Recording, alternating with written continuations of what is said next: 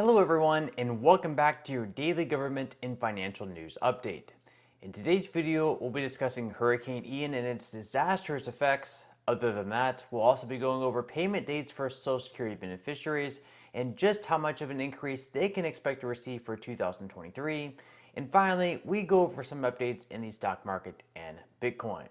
Now, as always, I am definitely interested in hearing your thoughts on everything, and I wanted to quickly thank everyone for giving my videos likes and sharing them, as that certainly helps push these videos out to other people like you.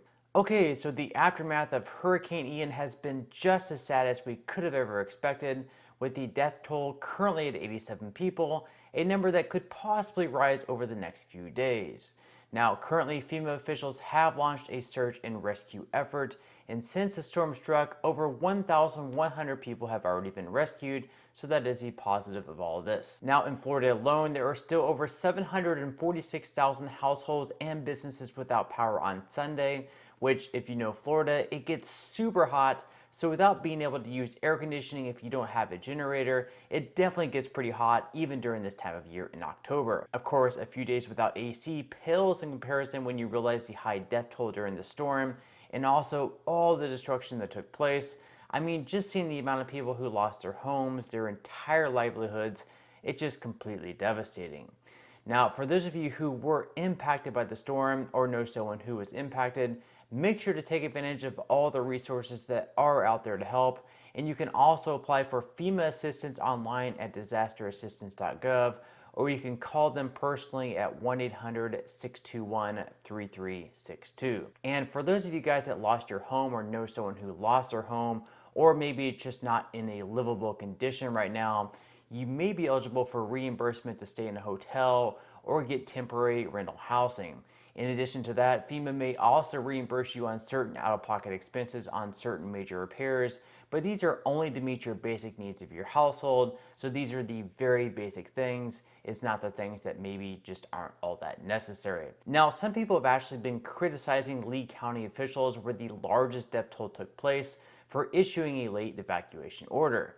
Now, for Lee County residents, they weren't issued an order to evacuate until Tuesday. That was just one day before the storm took place, so it really didn't give residents of that county much time to get ready to leave and make a plan for where they should go. Local authorities have suggested, though, and this is true, that the path of the hurricane changed so much over the week that it made it really impossible to predict just where the hurricane would actually hit.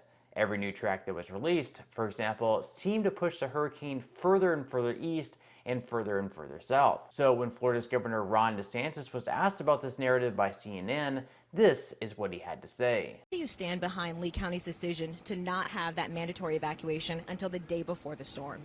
Well, where was your industry station when the storm hit? Were you guys in Lee County?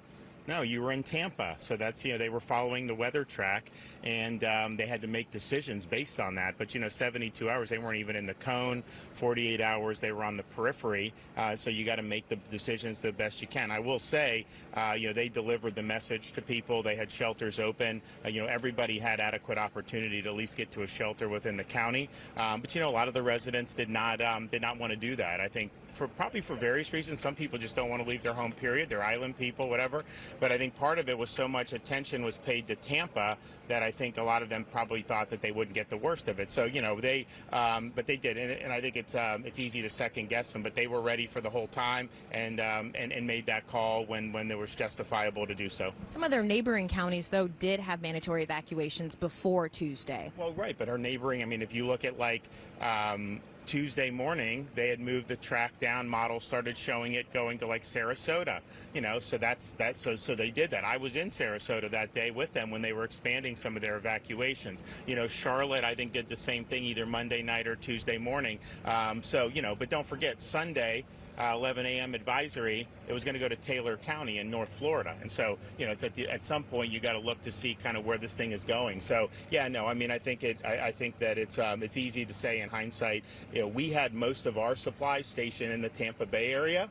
As that track moved, we shifted our response further south as well. Now, we said there would be impacts for sure, and even when it was going to hit North Florida, it's such a big storm, there was going to be impacts in southwest Florida as well. But the difference between impacts and having the I go there is much different. And for most of Sunday, Monday, and even into Tuesday, it was 100, 150 miles away from them. Now, in some news regarding Social Security, for those currently receiving both SSI and Social Security or have received Social Security since before May of 1997, you'll be receiving your payment today. If you receive only SSI, you should have actually received your payment last Friday, which actually made for 2 payments in the month of September, but that only means that those receiving SSI won't be receiving anything else for the month of October. Then on October 12th, if your birthday falls anywhere between the 1st and 10th of any given month, you'll receive your payment on this date. On the other hand, if your birthday falls between the 11th and 20th of any given month, you'll receive your payment on October 19th. And finally, if your birthday falls between the 21st and 31st of any month, you'll then receive your payment in late October on the 26th. Other than those dates, another very important date for those receiving Social Security benefits will be on the 13th of October, when beneficiaries can expect to receive one of the largest increases in the history of the program.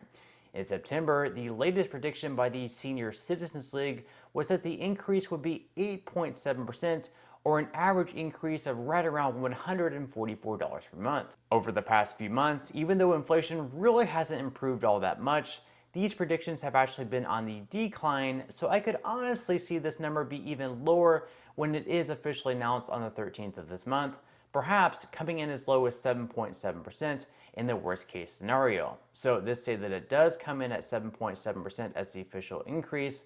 Still, that would be one of the largest increases in the program's history, and even at 7.7%, the average increase would be right around $127 per month, or $1,531 per year. On the high end, let's say 9.2%, which in that case, the average increase would be right around $152 per month, or $1,829 per year.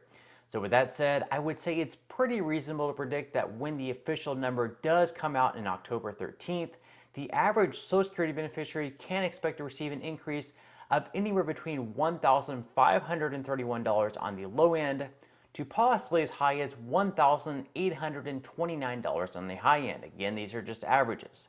Now, is it possible that these numbers could either be lower or possibly even higher? Sure, but I would be very surprised if it comes in even lower than 7.7% unless inflation drops a lot more than what we expect, or any higher than 9.2% unless inflation for whatever reason ran even hotter than expected for the month of September.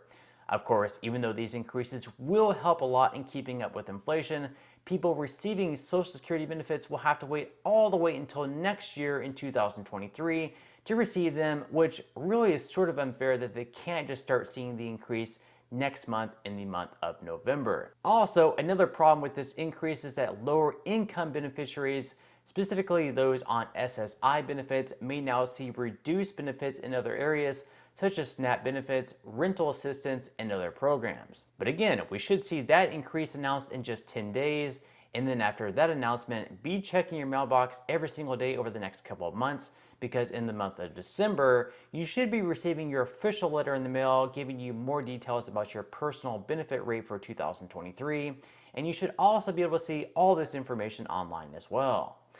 Okay, so now quickly moving into some money news where stocks once again opened up today after having their worst month since March of 2020. For the month of September, the S&P 500 lost 9.3%, so investors hope something similar happens to last year where the market dropped by 4.76% in September, but then rebounded to finish the year up by 10.44%. Of course, the inflation report that comes out this month, and then whatever the Fed decides to do with the rates in November, if they decide to raise them by another 0.75 of a percentage point, we'll have to see what they end up doing. This will all play a huge impact on how stocks end up performing. So far today, futures are showing mixed results, with Dow futures currently in the green up by 0.12%, S&P 500 futures down by 0.16%, and NASDAQ futures down by 0.60%. As far as Bitcoin goes, over the last day, it's also been down by 0.58%, and is currently sitting in the low 19,000s. Now, even though we won't necessarily know where the bottom is if we go by history in the market once again, September is usually one of the worst months, followed by a much better October through January. So if you're going to start investing into the market, now is absolutely probably the best time to do so. So with that said, if you would like to receive up to 12 free stocks and $5 worth of Bitcoin, in the comment section below, I will leave a link where you can receive just that from my partner in Webull. And even if you don't feel like investing at this time for whatever reason, once you receive the free stocks, what you can always do is just sell them for what they're worth and then transfer that money right back to your bank account. So in total, you should be receiving a value of at least $50 or more. Some people have actually received over $3,000 in the past. So really, you can think of this as just some free extra money with just a few minutes of work. But on that note, I'm going to go ahead and wrap up this video. If you enjoyed the content in today's video and you would like to see more like it, make sure to give this video a like, subscribe to my channel, and also ring the notification bell. That way you won't be missing any of my future videos. And until next time, I hope you all have a wonderful day ahead, and I'll see you in the next video.